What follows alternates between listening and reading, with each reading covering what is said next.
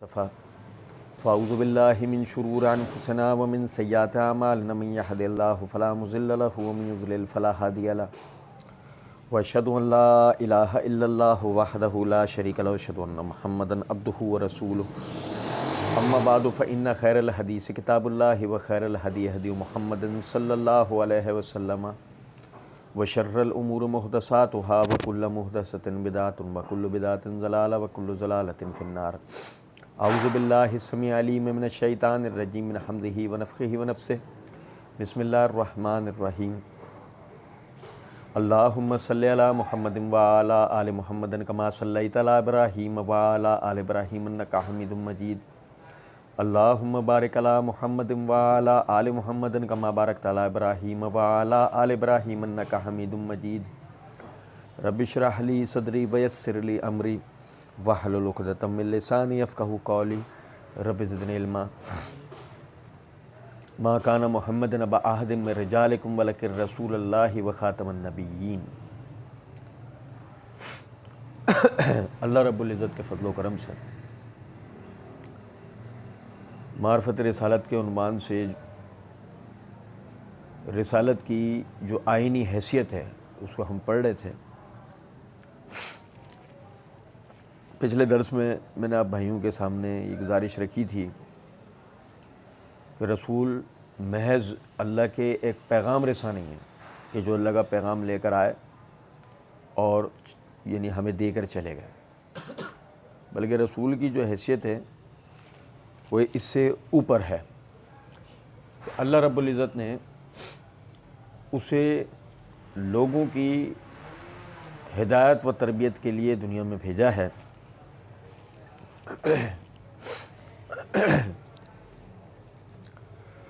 جیسے کہ ہم پڑھیں گے انشاءاللہ، میں اشارتاً آپ بھائیوں کے سامنے بات رکھ رہا ہوں، سورہ جمعہ کی آیت نمبر 2 ہے کہ اللہ رب العزت نے فرمایا وَلَقَدْ بَعَثْنَا فِي الْأُمِّيِّينَ رَسُولًا مِّنْهُمْ يَتْلُو عَلَيْهِمْ آيَاتِهِ وَيُزَكِّيهِمْ وَيُعَلِّمُهُمُ الْكِتَابَ وَالْحِكْمَةَ وَإِنْ كَانُوا مِن قَبْلُ لَفِي ضَلَالٍ مُّبِينٍ۔ اور البتہ ہم نے بے پڑھوں میں سے ایک شخص کو بطور رسول چنا، اس کو ان میں بھیجا، وہ ان پر اللہ کی آیت تلاوت کرتا ہے، انہیں پاک کرتا ہے، انہیں کتاب اور حکمت کی تعلیم دیتا ہے، اور اس سے قبل یہ کھلی گمراہی میں تھے۔ تو یہ جو کتاب اور حکمت کی تعلیم دیتا ہے، اس سے پتہ لگا کہ رسول ایک معلم کی حیثیت سے ہیں، سکھانے والے کی حیثیت سے ہیں۔ رسول اللہ کے ہیں لیکن ہمارے لیے معلم ہیں، سکھانے والے ہیں۔ اچھا، پھر ہم پڑھ رہے تھے کہ ان کی پیروی نہ کرنے والا راہ حق سے ہٹا ہوا، جیسے کہ آج بھی ایک آیت ہم پڑھیں گے اس حوالے سے۔ اسی طرح وہ شخص جب مزید اس میں ترقی کرتا ہے تو ہم نے پڑھا تھا وہ منافق ہو جاتا ہے۔ جب اس مخالفت میں وہ مزید ترقی کرتا ہے اور کھلم کھلا مخالفت کرنے لگ جاتا ہے تو وہ کافر ہو جاتا ہے۔ ہم نے اس کے دلائل جو ہے وہ پچھلے درس میں پڑھے تھے۔ اللہ رب العزت نے فرمایا وَمَن يُشَاقِقِ الرَّسُولَ مِن بَعْدِ مَا تَبَيَّنَ لَهُ الْهُدَىٰ وَيَتَّبِعْ غَيْرَ سَبِيلِ الْمُؤْمِنِينَ نُوَلِّهِ مَا تَوَلَّىٰ وَنُصْلِهِ جَهَنَّمَ وَسَاءَتْ مَصِيرًا۔ جیسے کہ ہم نے پڑھا، نافرمانی سے وہ گمراہ ہوتا ہے، اس میں ترقی کر کے منافق ہوتا ہے، مزید جب کھلم کھلا مخالفتیں شروع کر دے، اظہار کرے، تو وہ کافر ہو جاتا ہے۔ یہ آیت واضح کر دیتی ہے پھر اس کے ٹھکانے میں۔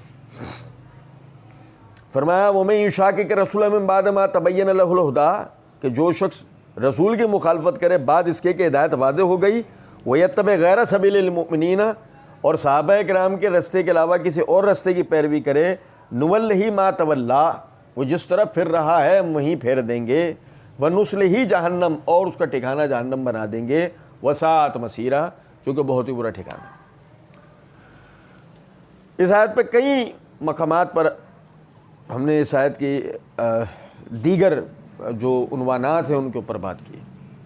سر دست جو بتانے کا مقصد ہے کہ رسول کی مخالفت بندے کو کہاں لے کر جاتی ہے؟ جہنم، نصلہ جہنم۔ پہلے درجے میں وہ گمراہ ہوا، وہ گمراہی میں ترقی کر کے منافق ہوا، پھر مزید کھلم کھلا وہ انکار کر کے کافر ہوا، اور کفر کی وجہ سے وہ کہاں جا کر پہنچا؟ جہنم.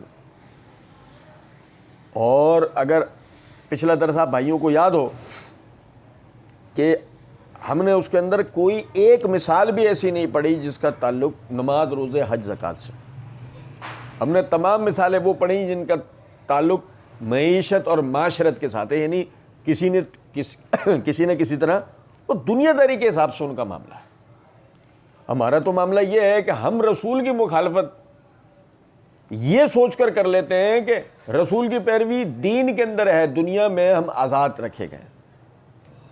یاد رکھیں اس بات کو، دنیا کے ہر اس موضوع پر کہ جس پر دین بات کرتا ہے، نبی صلی اللہ علیہ وسلم نے اس میں کوئی نہ کوئی تعلیم دے رکھی ہے.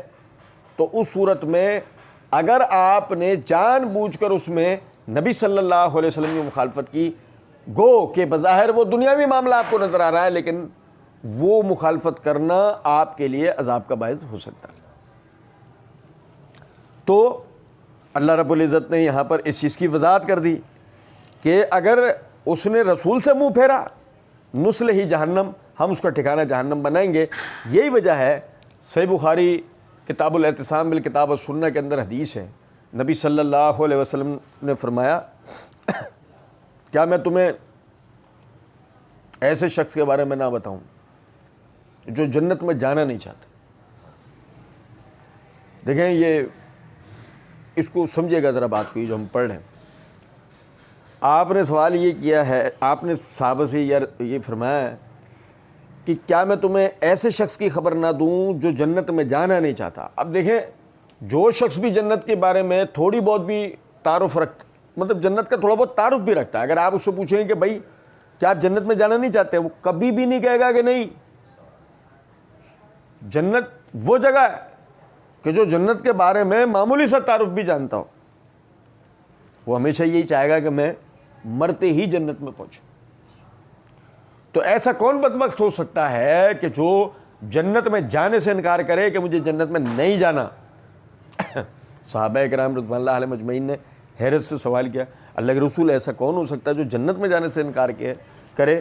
تو نبی صلی اللہ علیہ وسلم نے فرمایا من اطانی دخل الجنہ، جو میری اطاعت کرے گا، فرما برداری کرے گا، جنت میں داخل ہوگا.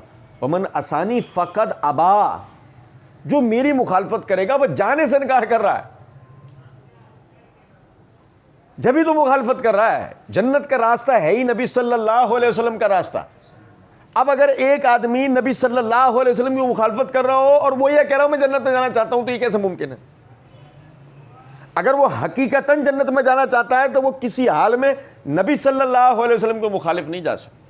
اور میں معذرت چاہتے ہوئے یہ بات عرض کروں، پچھلی مرتبہ بھول گیا تھا، توجہ نہ دلا سکا تھا. مخالفت دو طرح کی ہے، ایک ہے کھلم کھلا مخالفت کرنے والا تو کافر ہوتا ہے. جو کہے کہ ہاں میں جانتا ہوں کہ میں کیا کر رہا ہوں، تو کافر ہوتا ہے.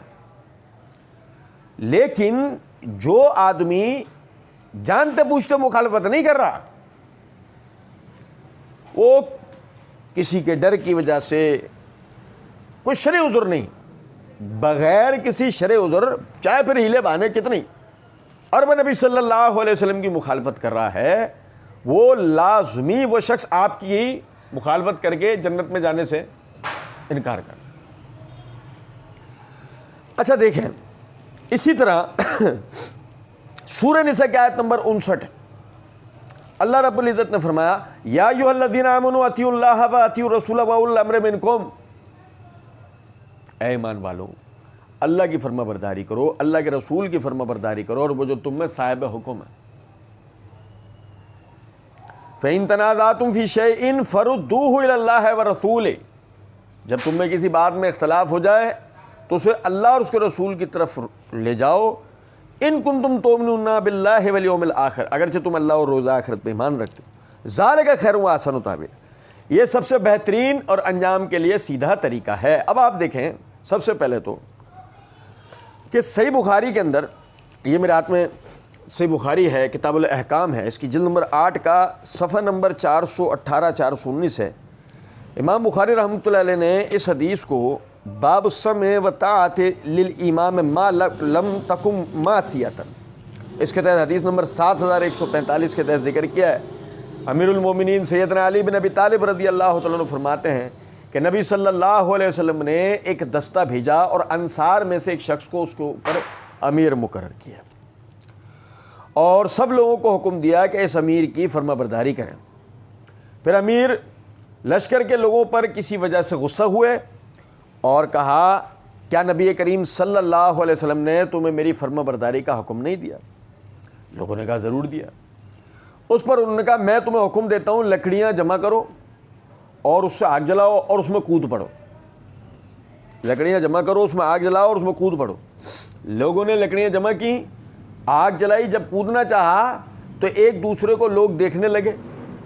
جب کودنے کی باری ہے تو اب ایک دوسرے کو دیکھیں۔ ان میں سے بعض نے کہا کہ ہم نبی کریم صلی اللہ علیہ وسلم کی فرما برداری اس آگ سے بچنے کے لیے تو کر رہے تھے، پھر ہم اس میں خود ہی داخل ہو جائیں۔ اسی دوران میں ابھی یہ بات ہی چل رہی ہے، اسی دوران میں آگ بھی ٹھنڈی ہو گئی اور امیر صاحب کا غصہ بھی جاتا رہا۔ پھر جب اس کا ذکر نبی صلی اللہ علیہ وسلم کے سامنے کیا گیا تو آپ صلی اللہ علیہ وسلم نے فرمایا اگر یہ لوگ اس امیر کے کہنے پہ اگر یہ لوگ اس آگ میں کود پڑتے تو اس میں سے کبھی نہ نکل سکتے تھے، رہتی قیامت تک اس میں ان کو عذاب دیا جاتا۔ انما الطاعۃ فی المعروف، کہ فرما برداری تو دین کے احکامات میں، فرما برداری تو دین کے احکامات میں، نہیں سمجھے؟ یعنی کہ دین مخالف باتوں میں فرما برداری تھوڑی ہے، دین کی باتوں میں فرما برداری ہے نا۔ تو آپ سمجھیں کہ یہ آیت نے جو کہا کہ فردوا الی اللہ ورسول، اسے لوٹاؤ، فإن تنازعتم فی شیء فردوا الی اللہ ورسول، کہ جب تم میں کسی بات میں اختلاف ہو اللہ اور اس کے رسول کی طرف لوٹاؤ، اس بات کو لے کے جاؤ جیسے کہ انہوں نے رجوع کیا۔ آپ سمجھ رہے؟ یہی وجہ ہے کہ ابن عباس رضی اللہ تعالیٰ عنہ ان سے یہ فردوا الی اللہ ورسول کا مطلب پوچھا گیا تو انہوں نے کہا کہ اس کا مطلب آپ صلی اللہ علیہ وسلم کی زندگی میں اللہ اور اس کے نبی کے پاس مسئلے کو لے جانا ہے، اور آپ صلی اللہ علیہ وسلم کے انتقال کے بعد قرآن اور سنت کی طرف رجوع کرنا، یہ فردوا الی اللہ ورسول کا مطلب ہے۔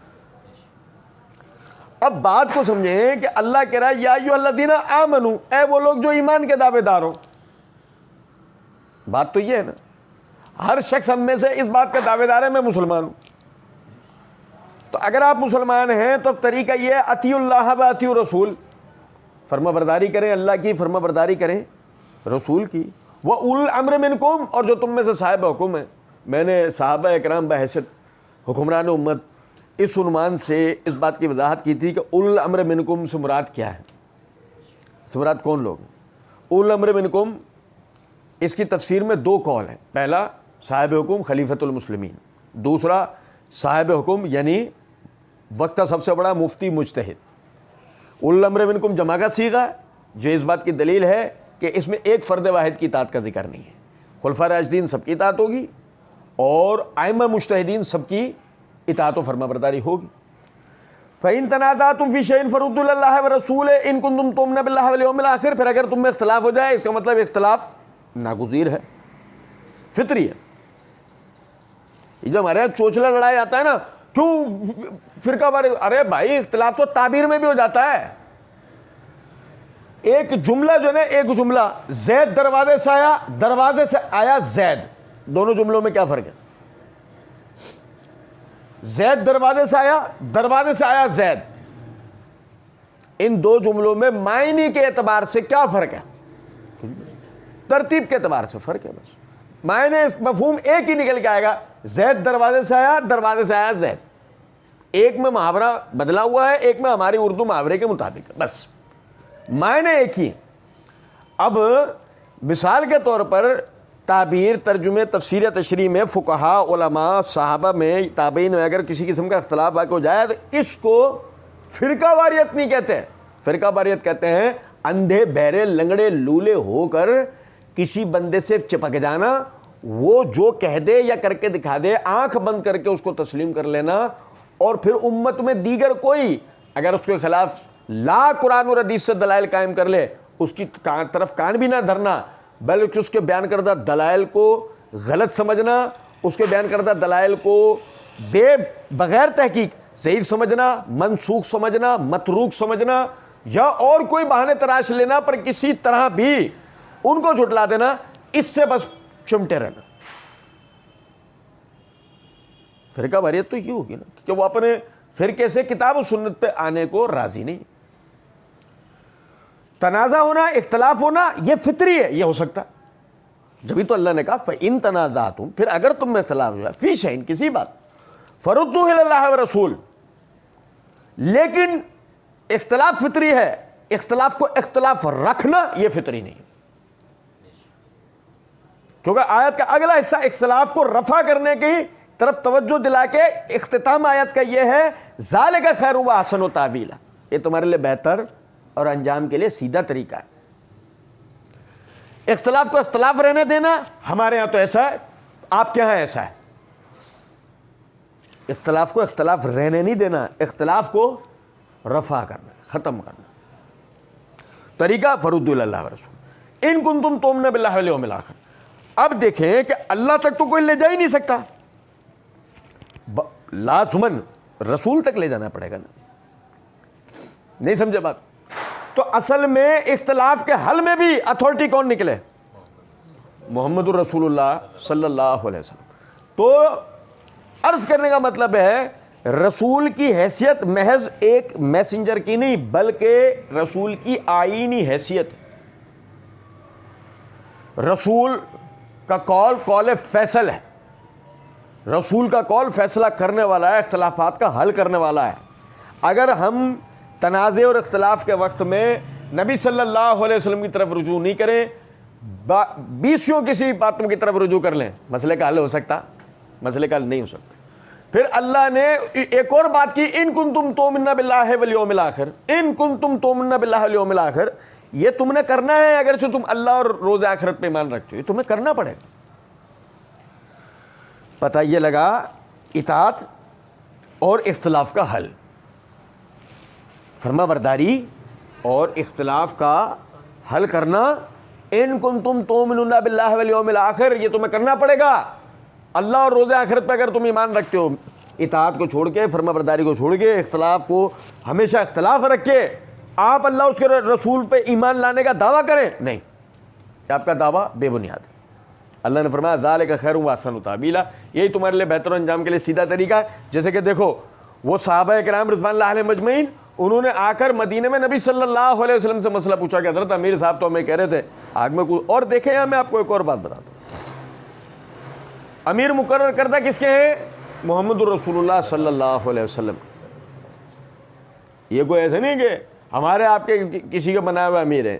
پتہ یہ لگا جب امیر صاحب، اس وقت میں امیر صاحب غصے میں آ کے غلط فیصلہ کر سکتے ہیں، تو آج کے زمانے کے جتنے بھی پیر مرید، جتنے بھی ایسے لوگ کہ جن کی اندھا دھن پیروی ہوتی ہے، جیسے کہ مرزا جہلمی کہ جس کی اندھا دھن پیروی ہوتی ہے، تو آپ خود سمجھیں ذرا اس بات کو، کیا یہ طریقہ کتاب و سنت والا یا مسلمانوں والا طریقہ ہے؟ کیا آپ آنکھیں بند کر کے کسی کے ساتھ بھی چپکے رہیں اور رسول کو وہ حیثیت نہ دیں جو حیثیت امت مسلمہ میں ہمیشہ سے رسول کی رہی ہے؟ کیونکہ آنکھیں بند کر کے ایمان لانا وہ صرف اور صرف محمد صلی اللہ علیہ وسلم کے ساتھ خاص ہے۔ اچھا، اب ذرا سمجھیے گا بات کو۔ اسی طریقے سے یہ اللہ رب العزت نے قرآن پاک کے اندر سورہ حشر کی آیت نمبر 7 کے اندر فرمایا وَمَا آتَاكُمُ الرَّسُولُ فَخُذُوهُ وَمَا نَهَاكُمْ عَنْهُ فَانْتَهُوا، میرا رسول تمہیں جو دے اسے لے لو، اور وہ جس چیز سے تمہیں روک دے اس سے باز آ جاؤ۔ سمجھے گا ذرا بات۔ یہ میرے ہاتھ میں تفسیر قرطبی ہے، اس کی جلد نمبر 9 کا صفحہ نمبر 330 ہے۔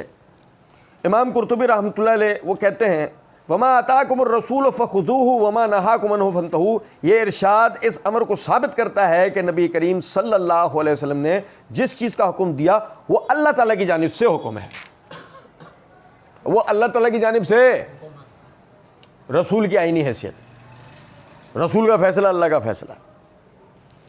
یہ آیت کریمہ اگرچہ مال غنیمت کے بارے میں ہے، پھر بھی نبی کریم صلی اللہ علیہ وسلم کے تمام احکامات اور جن جن چیزوں سے آپ نے روکا ہے وہ سب اس آیت میں داخل ہیں۔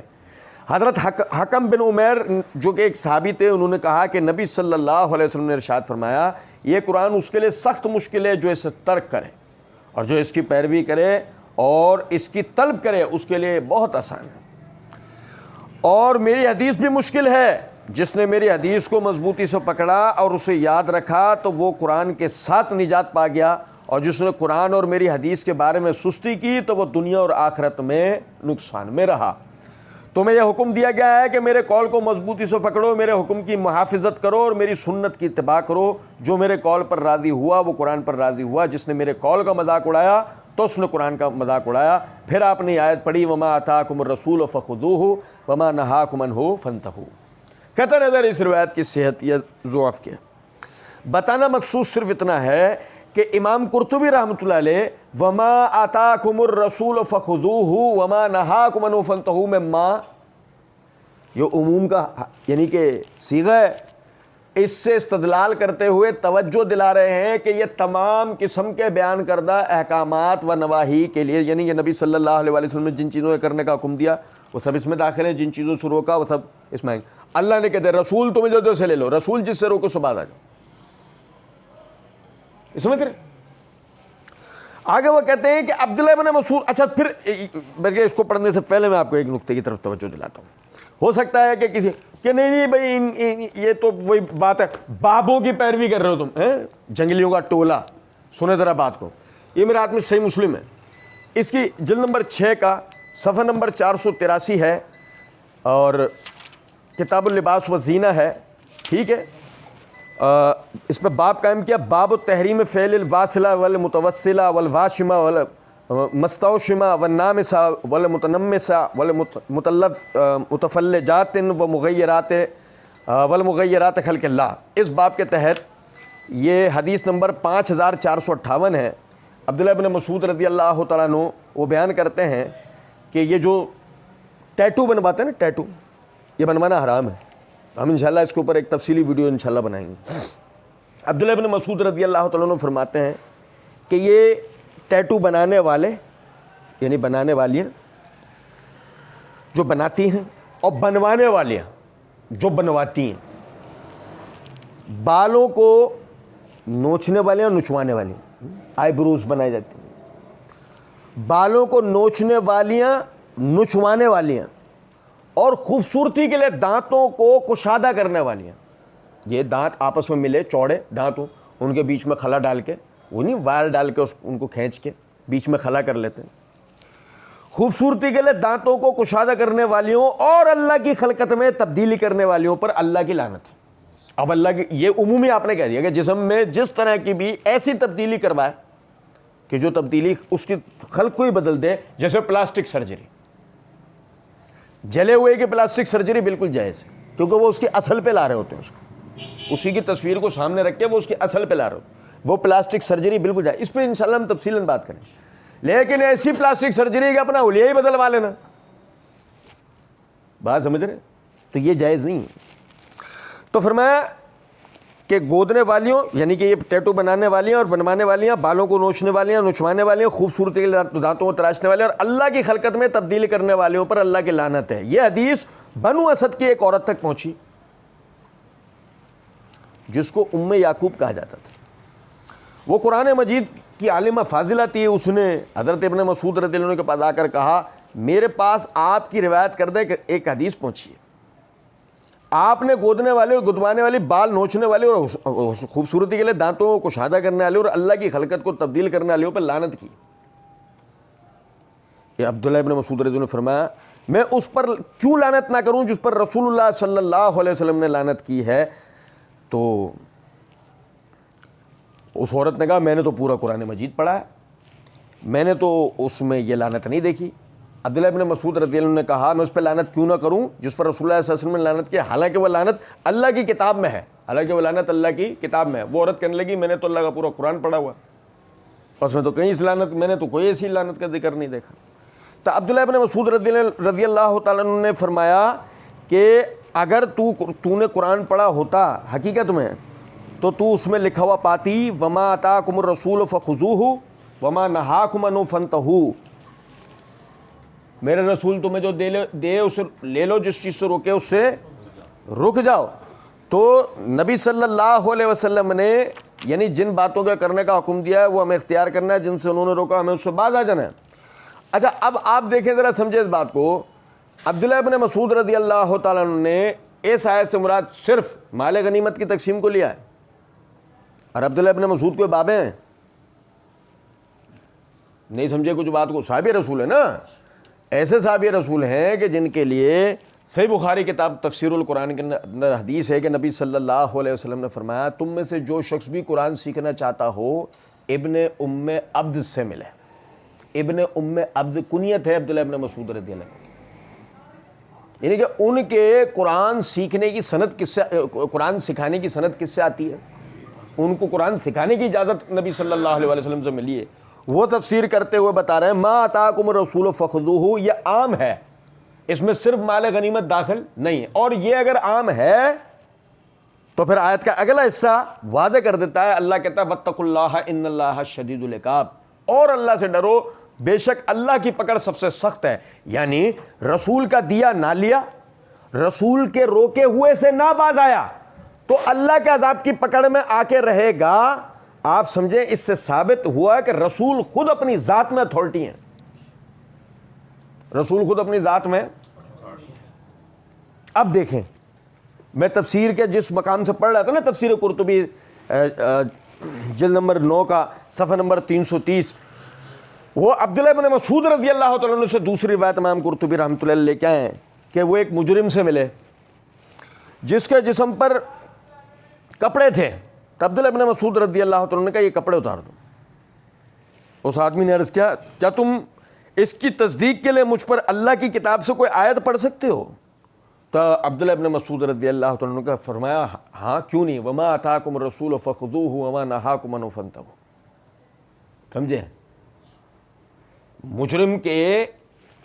مجرم کا مخصوص گھریلو لباس جس سے اس کی شان و شوکت کا اظہار ہوتا ہے، شریعت نے اس کو اتار دینے کا حکم دیا کہ اس کو ایسے کپڑے نہیں پہنے، کیونکہ اس کو تو معاشرے میں یعنی رذیل اور حقیر دکھانا ہے، مجرم کی کسی طرح کی عزت افزائی ہونے نہیں دینی ہے۔ شریعت میں ہمارا حکم ہے اس کے وہ کپڑے اتارے کہ اس کو مخصوص سادہ کپڑے پہنائے جاتے ہیں، تو اس کو کہا یہ کپڑے اتار، اس نے کہا آپ مجھے اس کے لیے قرآن کی آیت پڑھ دو۔ سمجھیں کہ قرآن میں اس کی سند ہے، انہوں نے آیت کیا بتائی، وما آتاکم الرسول فخذوہ وما نہاکم عنہ فانتہوا، میرے رسول تمہیں جو دے اسے لے لو، جس چیز سے روکو اس سے باز آؤ۔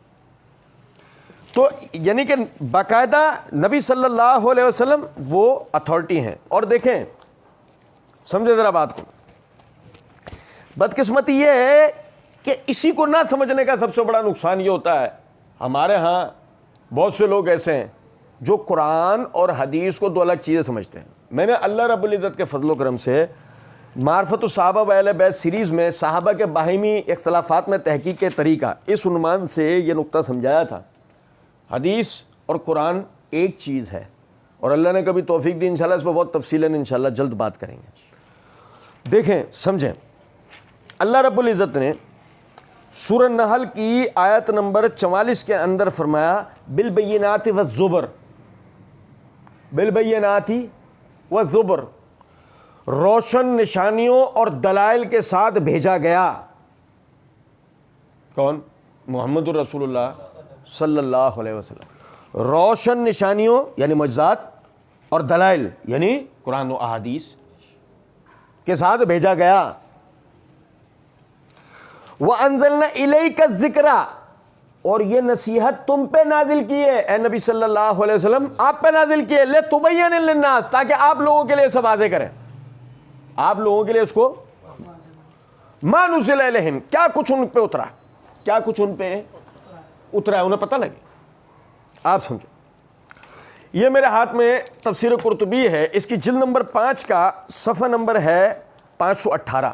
امام قرطبی رحمۃ اللہ علیہ فرماتے ہیں وَأَنزَلْنَا إِلَيْكَ ذکر میں ذکر سے مراد قرآن حکیم ہے، ذکر سے مراد قرآن حکیم۔ وَأَنزَلْنَا إِلَيْكَ ذکر، ہم نے نازل کیا آپ کی طرف قرآن، کہتے ہیں ذکر سے مراد قرآن۔ آگے کہتے ہیں لِتُبَيِّنَ لِلنَّاسِ مَا نُزِّلَ إِلَيْهِمْ، کہ تاکہ آپ لوگوں کے سامنے اس کی وضاحت کریں. کیا آپ اپنے قول و فعل سے لوگوں کو یہ کتاب کھول کر بیان کر دیں کہ اس میں کیا کیا احکامات ہیں، کیا کیا وعدے اور وعیدیں ہیں جو ان کی طرف نازل کی گئی ہیں. پس نبی صلی اللہ علیہ وسلم اللہ تعالیٰ کی جانب سے اللہ کی مراد کو، اللہ کے بیان کردہ مفہوم کو کھول کر بیان کرنے والے کی حیثیت رکھتے ہیں، اور آپ وضاحت دینے والے ہیں جنہیں اللہ تعالیٰ نے اپنی کتاب میں مجمل ذکر کیا ہے. آپ اس کی وضاحت کرتے ہیں، مثلا نماز، زکوٰۃ کے احکامات، اور اس کے علاوہ دیگر چیزیں جنہیں بظاہر قرآن میں مفصل ذکر نہیں کیا گیا ہے. سمجھیں؟ وَأَنزَلْنَا إِلَيْكَ الذِّكْرَ سے مراد تو قرآن ہے. اب جو اللہ کہہ رہا ہے لِتُبَيِّنَ لِلنَّاسِ، آپ لوگوں کے سامنے اس کی وضاحت کریں، تو وضاحت قرآن کی ہوگی، اس اللہ کے کلام کی ہوگی، تو اس میں مراد و منشا مخلوق کی ہوگی، خالق کی ہوگی؟ نہیں سمجھے؟ وہ مراد و منشا، وہ مراد و مفہوم خالق کا ہوگا. کلام خالق کا ہے، ترجمہ، تفسیر، تشریح، تفسیر، مفہوم مخلوق بتائے گی اپنی رائے سے، اپنی عقل سے، تو وہ اللہ کی مراد کو، معنی کو بتا جائے گی؟ نہیں. اللہ کے کلام کے معنی و مفہوم کو بھی اللہ ہی بتا سکتا ہے نا. اور اللہ کہتا ہے، اصول بتا دیا اس نے سورہ آل عمران میں، کسی بشر کے لیے لائق نہیں ہے کہ اللہ اس سے کلام کرے سوائے تین چیزوں. ایک، اس کی طرف اپنا پیغام رسا فرشتہ بھیجے. دو، اس سے ڈائریکٹ ہم کلام ہو، یعنی کہ اس پہ. تین، اس کی طرف وحی نازل کرے، اس کی طرف کتاب اتارے. اب یہ تینوں ہی کیفیات رسول و نبی کی ہیں، عام انسان کی نہیں ہے. جب عام انسان کی نہیں ہے تو عام انسان سے تو دنیا میں سوال ہی نہیں پیدا ہو سکتا اللہ کا کلام کرنا. اللہ صرف اہل جنت سے کلام کرے گا. نہیں سمجھے؟ اچھا، اب غور طلب نکتہ ہے کہ وہ مراد و منشا جو اللہ مخلوق کو سمجھانا چاہتا ہے، وہ اللہ سمجھائے گا کس کو؟ کہ جس کے لیے اس نے اصول بتایا کہ سوائے تین کے، کہ جن تک ہم تین ذریعے استعمال، پہلا کتاب اتارتے ہیں، دوسرا فرشتہ بھیجتے ہیں، تیسرا ڈائریکٹ ہم کلامی. ایسے ہی اور ایسے رسول ہوتے ہیں. تو مراد اللہ کی مراد و منشا کو، اس کے کلام کی مراد و مفہوم کو کون بتا سکتا ہے؟ رسول اتھارٹی ہے، رسول آئینی حیثیت رکھتا ہے. اور یہی وجہ ہے کہ آپ دیکھیں، اگر اللہ قرآن میں کہتے ہیں اقیموا الصلاۃ اور صلاۃ کا طریقہ نہ بتائے، آتوا الزکوٰۃ اور زکوٰۃ کا طریقہ نہ بتائے، اتموا الحج والعمرۃ للہ، حج اور عمرے کا حکم دے دے، مناسک تک کا بھی اشارہ دے دے، لیکن وہ مناسک کیا ہے نہ بتائے، کس طرح ادا کرنے نہیں بتائے.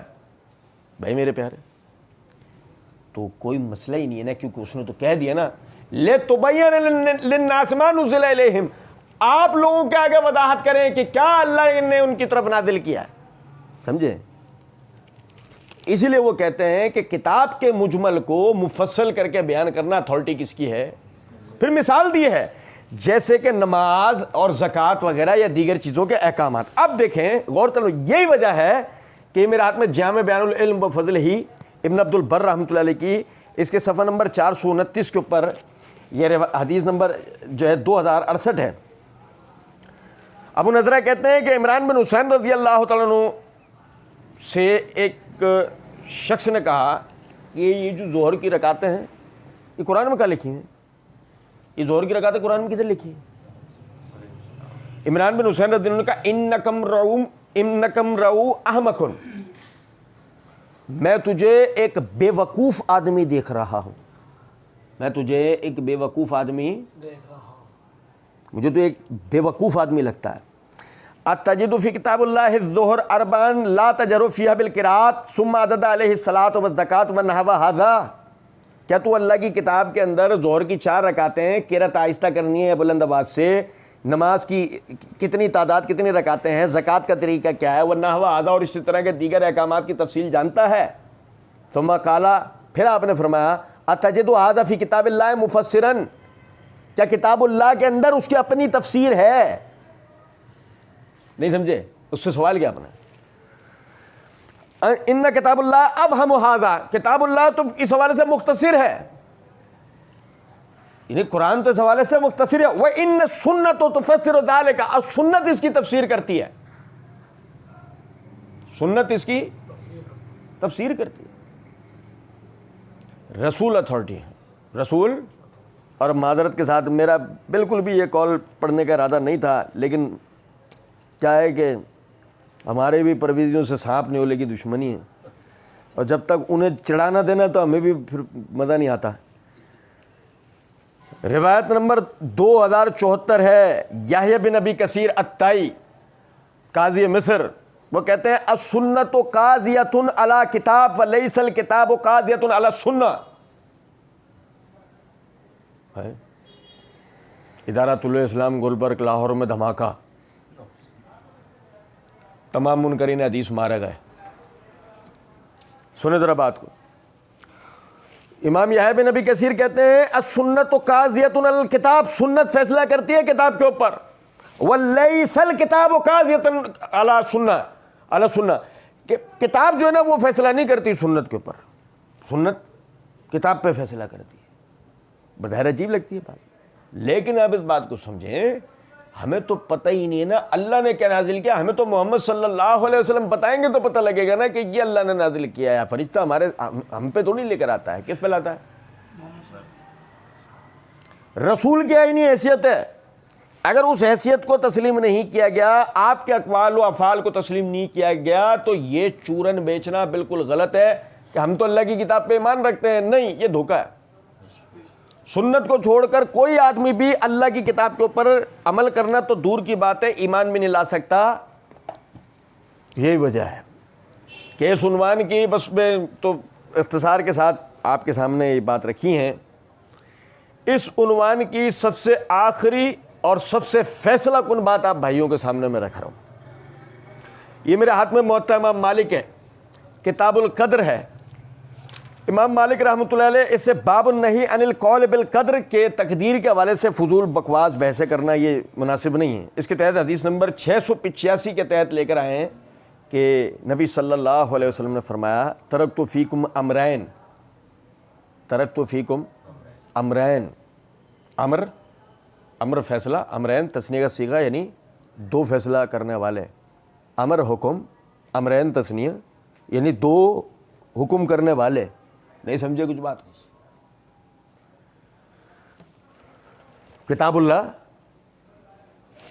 وہ عامر ہے، حکم کرنے والی. ایک وہ عامر عین والا ہوتا ہے، آباد کرنے والا، وہ نہیں. عامر عین سے الف مدہ. سنو، کتاب اللہ عامر ہے، محمد صلی اللہ علیہ وسلم عامر ہے. ان الحکم الا للہ، حکم صرف اللہ کا ہے، وہ کتاب ہے. اور فلا وربک لا یؤمنون حتی یحکموک فیما شجر بینہم، کوئی شخص اس وقت تک مومن نہیں ہو سکتا جب تک آپ ان کے درمیان کو حکم کریں. یہ رسول کا حکم، وہ اللہ کا حکم، یہ رسول کا. دو حکم، دو امر. فرمایا ترکت فیکم امرین، میں تمہارے درمیان دو فیصلہ کرنے والی چیزیں چھوڑ کے جا رہا ہوں. لن تضلوا، ہرگز ہرگز گمراہ نہیں ہوگے، ما تمسکتم بہما، جب تک انہیں مضبوطی سے تھامے رکھو. کتاب اللہ و سنت النبی، اللہ کی کتاب، و سنت النبی، و سنت النبی.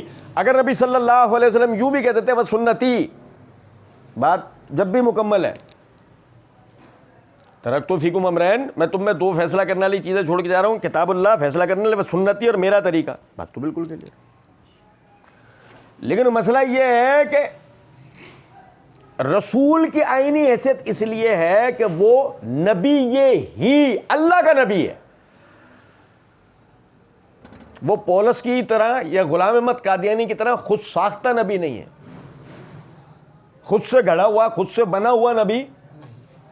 کیوں ہے اس کے فیصلہ، کیوں اس کی بات کی اتھارٹی ہے کہ وہ کس کا نبی ہے؟ وہ اللہ کے نبی ہیں. تو اس لیے کہا کہ یعنی میں تمہارے درمیان دو فیصلہ کرنے والی چیزیں، جو وہ دوسری فیصلہ کرنے والی یعنی کہ اللہ کی کتاب ہے، دوسری فیصلہ کرنے والی چیز سنت کس کی ہے؟ وہ سنت النبی ہی، اللہ کے نبی کی سنت. اگر قرآن اتھارٹی ہے تو رسول بھی اتھارٹی ہیں. رسول کی اپنی آئینی حیثیت ہے. جو شخص اگر رسول کی اس آئینی حیثیت کو، اس یعنی کہ فیصلہ کرنے والی حیثیت کو نہ تسلیم کرے، یہ تسلیم نہ کرے اللہ کے رسول صلی اللہ علیہ وسلم کا قول فعل، آپ کی تقریر کسی ایک زمانے کے لیے تھی، اب نہیں ہے. اس شخص میں اور حدیث کا انکار کرنے والے شخص میں کوئی فرق نہیں ہے. وہ کھلم کھلا رسول کی تعلیمات کا انکار کرتا ہے، یہ ڈھکے چھپے الفاظوں میں انکار کر رہا ہے کہ بھئی وہ اس دور کے لیے تعلیمات تھیں، آج اب چاہے یوں کہہ دے وہ تعلیمات، یا ان میں سے کوئی ایک آدھ دو چار باتوں کے لیے کہہ دے کہ وہ اس دور کے لیے تھی، وہ اب نہیں۔ یہ میری بات سمجھے گا۔ ایک چیز ہوتی ہے جس کا تعلق جدت سے ہوتا ہے، مثال کے طور پہ بلال رضی اللہ تعالیٰ عنہ کو آپ نے یعنی کہ بلند جگہ پر چڑھ کے اذان دینے کا حکم دیا۔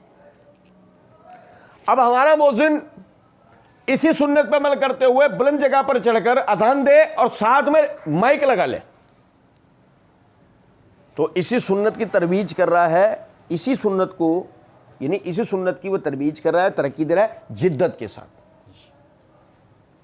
بلند آواز پہ بلال رضی اللہ عنہ کو چڑھنے کا حکم دینا، دائیں بائیں گردن گھمانے کا مطلب ہی کیا ہے؟ آواز دائیں بائیں سب جگہ پہنچے۔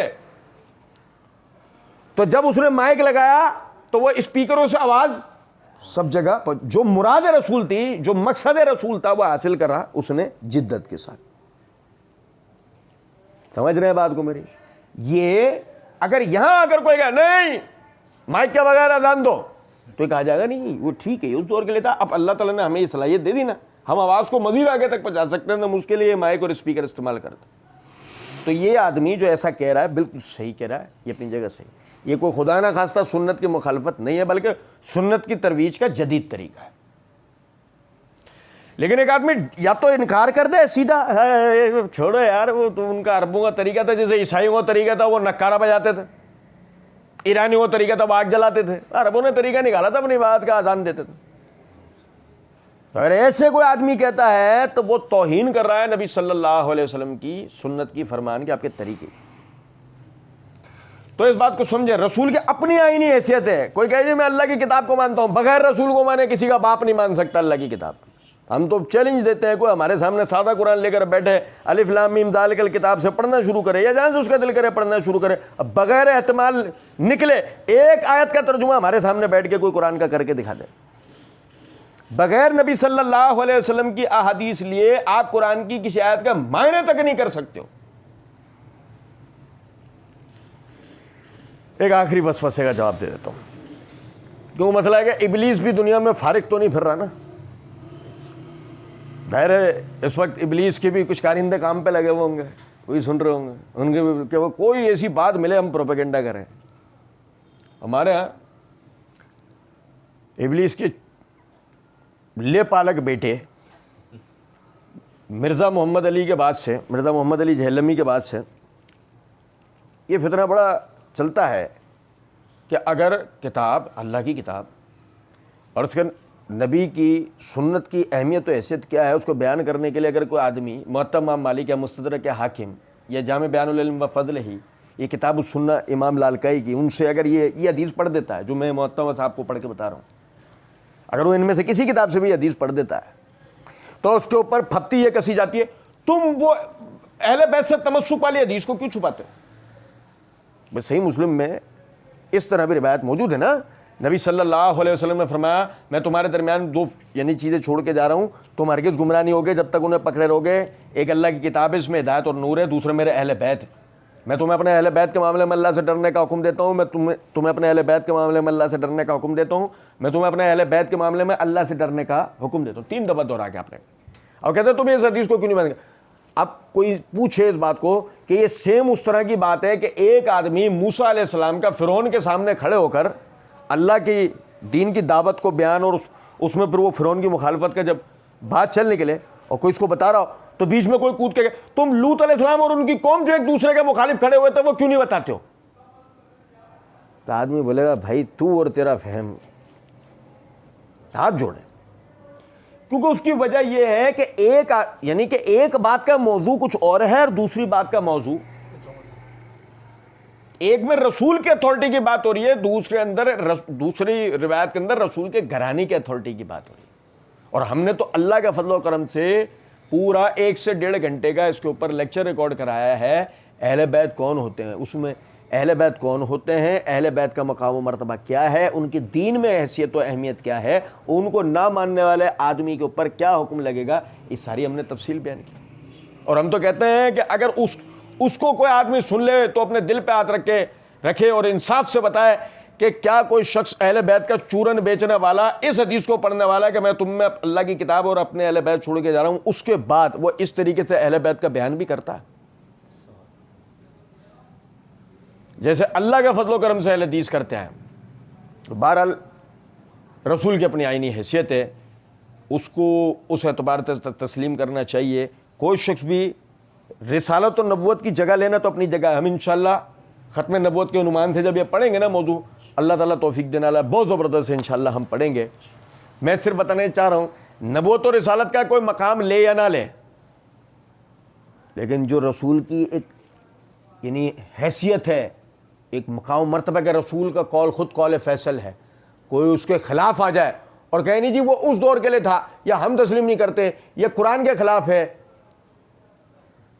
تو یہ بات سمجھ لو ہر ایسی بات قرآن کے خلاف ہے، ہر ایسی بات قرآن کے خلاف کہ کوئی نبی کے حدیث کے لیے کہے کہ یہ قرآن کے خلاف ہے، ثابت شدہ حدیث، ثابت شدہ حدیث کے لیے کوئی کہے یہ قرآن کے خلاف ہے، یہ کہنا قرآن کے خلاف ہے۔ اللہ رب العزت سمجھنے اور عمل کرنے کی توفیق دے، وما علینا الا البلاغ۔